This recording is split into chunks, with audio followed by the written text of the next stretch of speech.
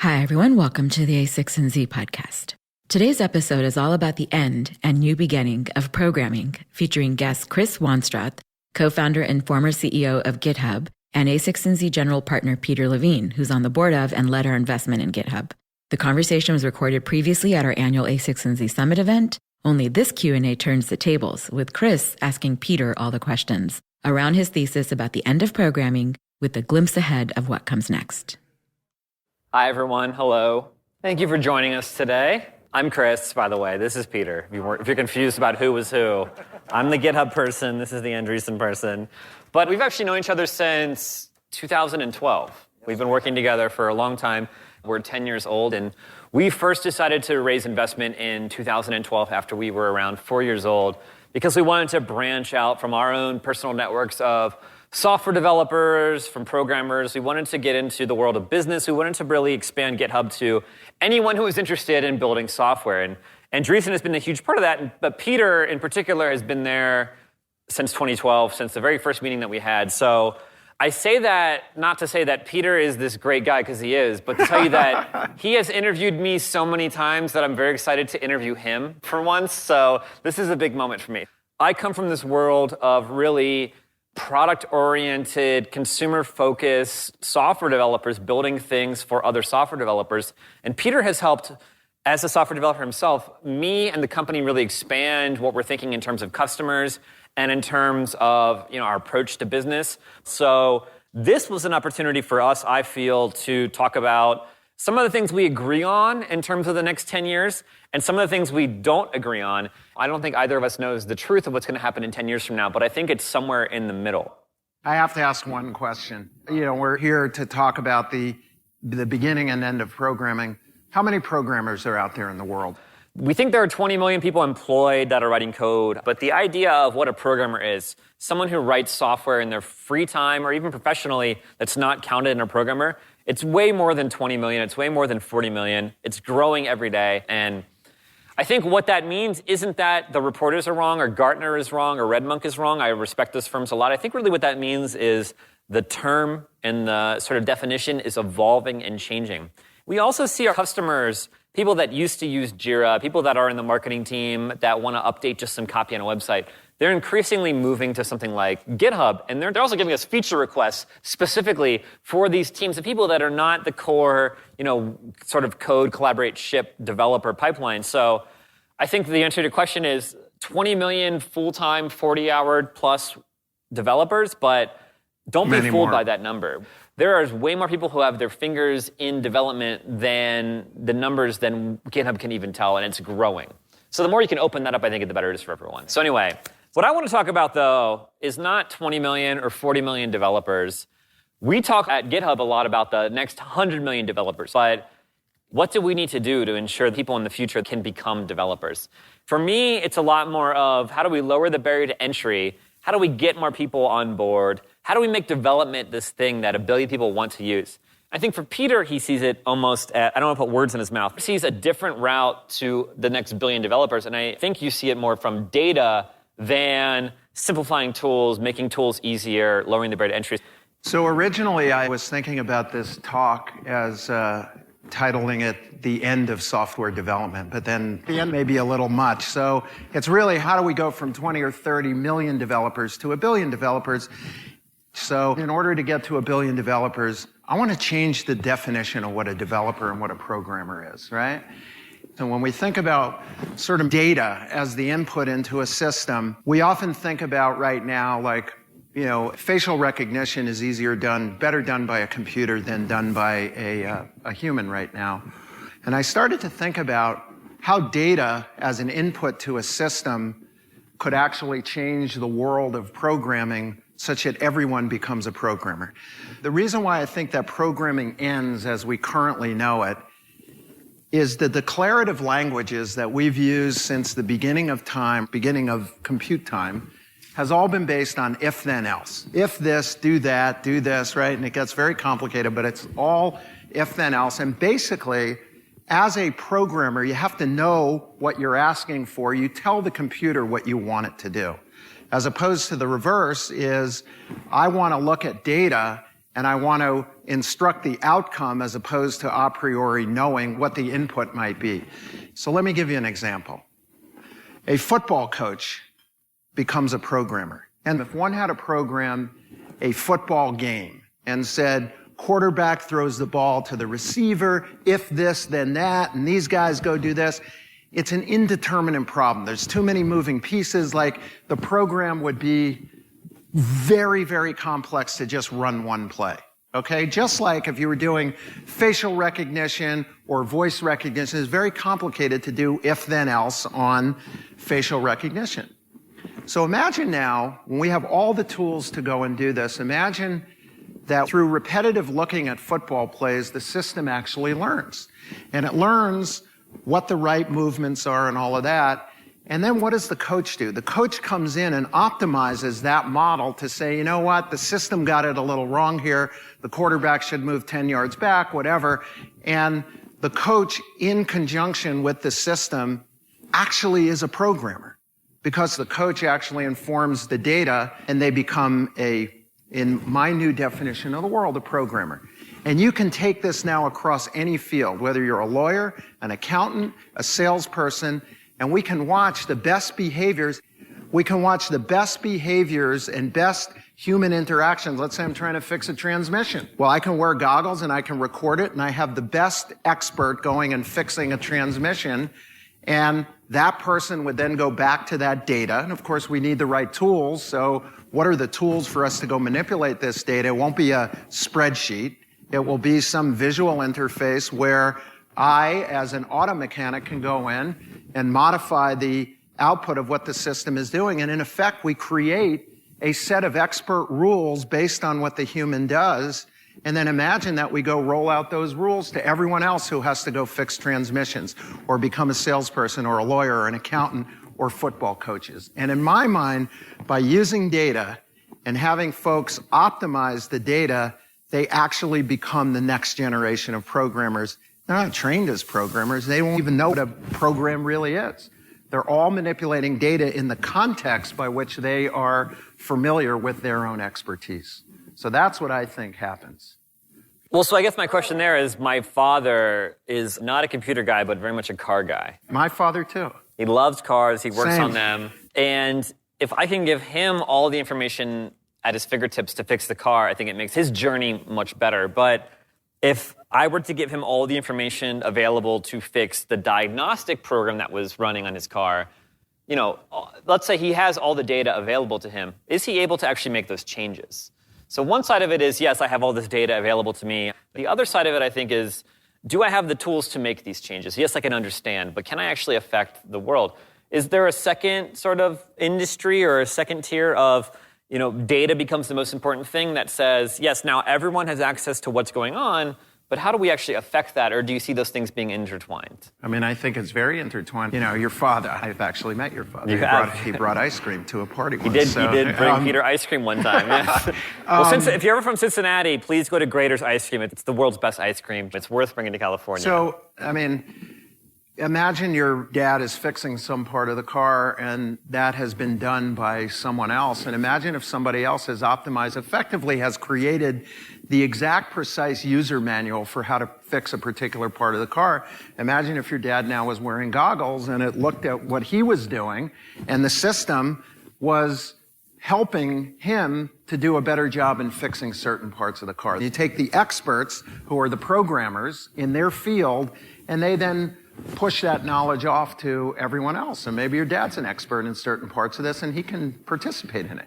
It's the open source of data, right? Everyone's manipulating this to get better solutions. So then for the current open source developers, people that today spend their time fixing bugs, sort of trying to make this piece of software better, not because they're making money off of it, because they want to become a developer who has this name. What does this do for them? Does this make them become data scientists, the current crop of open source developers, or do they now partner more with data scientists in the future? You know, I think that data science will become the new academic approach in computer science. It'll be less coding and more about data science, new algorithms for data science, new approaches. to understand the world around us. So, we can call this software 2.0, which is moving from code to data. And I think many people will need to literally upgrade their skill sets to know much more about data than they will about code, in my opinion. Don't people just suck at interpreting data? So I think about fake news, and I think about the lies that we all see going through the internet, and I think about programming.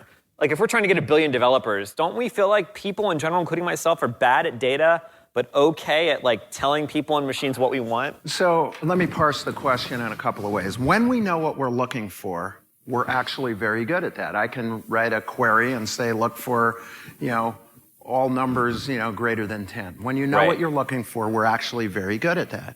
What we're not good at is looking for things that we don't know that we're not looking for, right? And so I think what's going to happen, and we're already starting to see this, is systems in the future will actually help us see data in ways that we can't see it right now. So let me give you an example, a real example. There's a company that collects data off of traffic signals and to see how many red and green lights that occur in a traffic environment and the flow of traffic. That's the input. So that, I would argue, we could code that.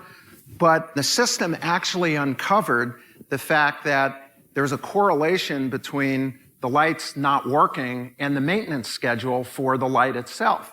That was something that the human, in your sense, right, terrible at finding things that we don't know that we're not looking for, because you don't know. But a computer, through looking at data and looking at patterns, actually helped to determine in that situation a new thing that the human wasn't looking for to begin with. And that's where I would argue that code breaks down.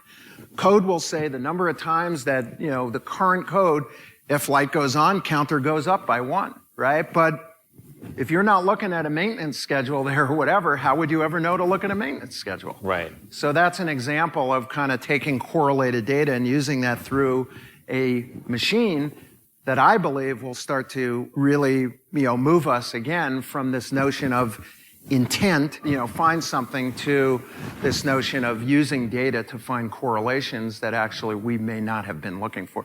I mean, to some people, the fake news is real news. So that's a little more arbitrary. But certainly, the input of data, I believe, is going to be a super big deal. So then I guess part of that is, one of the things that we first talked about ever when we met was that you worked on X11, the X Windows systems. Yes. The Unix windowing system, X Windows. So I've used that for a long time. It came out of the 80s. One of the big first, in my opinion, successful free software projects that brought sort of this idea of open source and free software to consumers. And it wasn't the best, but it was there, and it was an option, and it was great. So I think that is all to say that there was once a period of time where everyone believed that code's intrinsic data was in being kept private. And there was value in code. And if I had this piece of code and you didn't, I had something that was worth something. And maybe you were in a position where, while the industry felt that way, some of the hippies that, you're not wearing sandals today, but some of the hippies you either went to class with or you were. Shorts, t-shirt, no shoes. People in the 80s where you were hanging out, they were really into free software. Before a lot of us, I think, realized that there's something real there. It's not just about hippies, there's a practical value. Do you feel like data's in a similar spot? It's our valuable asset. There's intrinsic value into keeping data secret. Right. We once felt that about code. I don't know if I think that data being open is going to be something that works, but I think that a lot of people once felt that about code. Yeah. Do you think that we're going to want to make data more open? Yes, I think we do. There's this phrase out there, data is the new oil, right? And I have this vision that we all become our own oil well. And we are going to dispense data. And there are now ways where people can get paid for producing data, right? So instead of contributing my data to some centralized place, I can actually monetize that data, my data, to the extent that I want to, or I can contribute it. Examples might be, if I have a camera on the front of my car and I'm going through streets and I'm recording visual information, I can choose to maybe offer that to some service that's going to make maps better. But maybe I get paid for that. Or if I have, let's say, our talk here, if somebody finds it valuable, maybe we get paid for it, right? And so I think there will be a lot of cases where data becomes the purview of each individual and we will choose how we want to go dispense it. And I think in certain cases, our data and what we produce will become valuable to consumers, and there'll be a market for data. And rather than all our data going to centralized companies that are, hidden inside of organizations, we all will have control over our data. And I think to have a market and to have economics around that data is really interesting. So I think that's kind of the way it takes shape in terms of what happens to data and how people own it and control it. Yeah, that definitely resonates with me. I've seen a lot of history repeats itself, but the time scale is always what is the most different to me. Free software really started in the 80s. GitHub came out in 2007. And for me, GitHub was very much influenced by the open source movement. But I think for a lot of people, open source didn't become part of their vocabulary until maybe later, 30 years after free software. So with data, do you see a similar timeline? I mean, in some ways, it's already happening. There are companies out there who look at Salesforce productivity, looking at the most productive salespeople in an organization, learn what they do, modify that, and then go give that information so where everyone gets assisted by this new technology. A lot of that stuff is starting to happen. We may not think about it as the data economy or this change in programming, but it is starting to happen as we have these new models where we can process massive amounts of information and to where the outcomes really become, I'd say, digital assistants to humans to actually make them better, whether it's the football player, the auto mechanic, the accountant, the lawyer, or the salesperson. Each of those can be better based on observing the experts in that field, and I would argue it's starting to happen. And sure, it'll take a long time and all that, but I definitely see it. So my final question is hopefully relevant to people here. It seems like this is starting to happen. Like your blog post, I think from a year ago on edge computing. Yeah. You felt it was starting to happen. So maybe to you, a lot of what's occurring in this conversation feels obvious, but to others, it's very new. What should I think about if I'm like a CIO or any executive at a company and I'm hearing this? Is there anything I should do differently in the next year? Is there anything I should think about? Or is it just like, trust my team because this is happening? In all of these sort of my end of things that I've been thinking about, whether it was the end of cloud computing last year or the end of programming, Peter's trying to kill everything. Anyway, but it starts a new thing. And what has been interesting is when you start out with these, like when I start to talk about this stuff, literally everyone looks at me because I've been through this now like I'm crazy. Like, are you nuts? Programming is going to be around forever and that. And as I start to think about it in my own mind and put some concrete examples and bring things together, it actually starts to make sense even to me. I mean, I thought about this. I couldn't really describe it. Now, kind of over time, you get better at sort of thinking about the examples and that. So what I would leave for all of you is, what does it mean in your organization to utilize data? I mean, I gave the Salesforce example. That's a very real example. So where else can we model the experts in your environment? Where can we take those, kind of that data? And then how do we provide, what framework and what rules would you go and look at as CIOs on where you might optimize things based on people doing expert work in your environment?